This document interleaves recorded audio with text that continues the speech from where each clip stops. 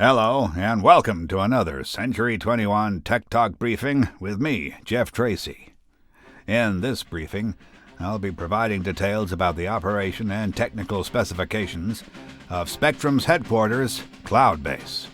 Cloudbase is a floating aerial platform that can be likened to the deck of a gigantic aircraft carrier at 870 feet in length and weighing over 2,500 tons. It maintains altitude by a development of the hoverjet principle. As a super-military organization, Spectrum have ground bases in strategic locations all over the world. Notable hubs include Spectrum Headquarters London and Spectrum Headquarters New York. However, Cloudbase remains the organization's primary base of operations, and it is from here that the Supreme Commander, Colonel White, directs Spectrum's response around the globe.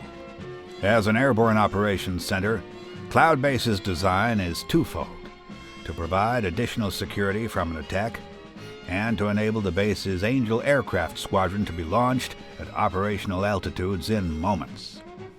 The command center is situated at one side of the structure, accessed by a pair of service corridors within its supports.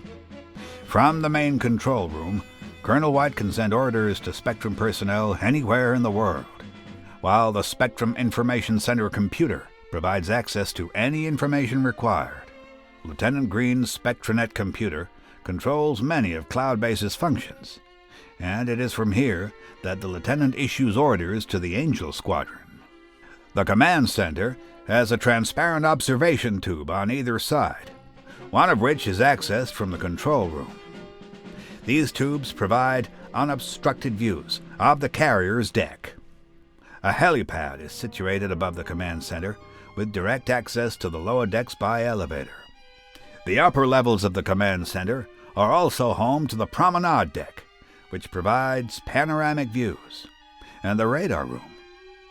The radar room contains some of the most sophisticated tracking equipment ever developed, and it is kept constantly manned when the base is under red alert. The lower level of the command center houses administrative areas and amenities. A conference room is situated below the control room. It is from here that Colonel White will often brief his top officers on the nature of the latest Mysteron threat. A short walk from the conference room is the relaxation area, including an officer's lounge, a swimming pool, and the room of sleep. These rooms, like any room on Cloudbase with an exterior viewport, have a supply of respirator units that can be used in case of explosive decompression.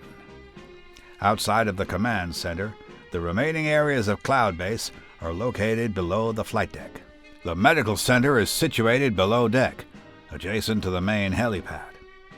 The facilities on Cloudbase are equal to those found in the most modern hospitals, and the entire medical center is under the charge of Dr. Fawn.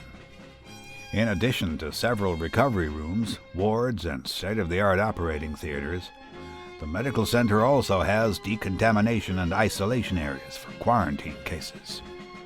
The main generator room is located at the center of Cloudbase. Most of the technical systems are controlled from here, including the powerful hover combines at the four corners of the base. Much of the energy needed is collected from solar power cells installed on the upper surfaces of the hull. In addition to standard hover power, Cloudbase employs gravity compensation technology similar to the equipment installed on the Skyship One airship.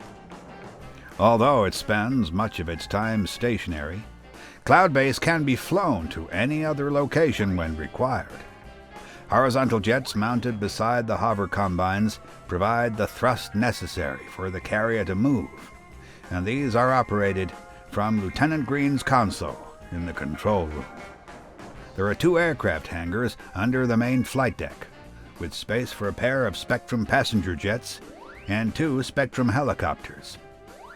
Hangar number 1 is large enough to accommodate the Spectrum Magnicopter VIP transport. The Spectrum passenger jet, or SPJ, is a mid-size executive aircraft and the most common method of transport to and from Cloudbase. Capable of supersonic flight, and armed with a single missile launcher, this efficient aircraft can carry 2 crew and up to 7 passengers in comfort. The Spectrum helicopter is a small maneuverable craft designed for search and escort duties. It is armed with a rapid-fire projectile launcher and can land on water thanks to its all-terrain pontoons. The chopper has been modified from factory specifications to allow it to reach a much greater maximum altitude for travel to and from Cloudbase. Although not used as frequently as other aircraft, the Magnacopter is a useful component of Spectrum's air arsenal.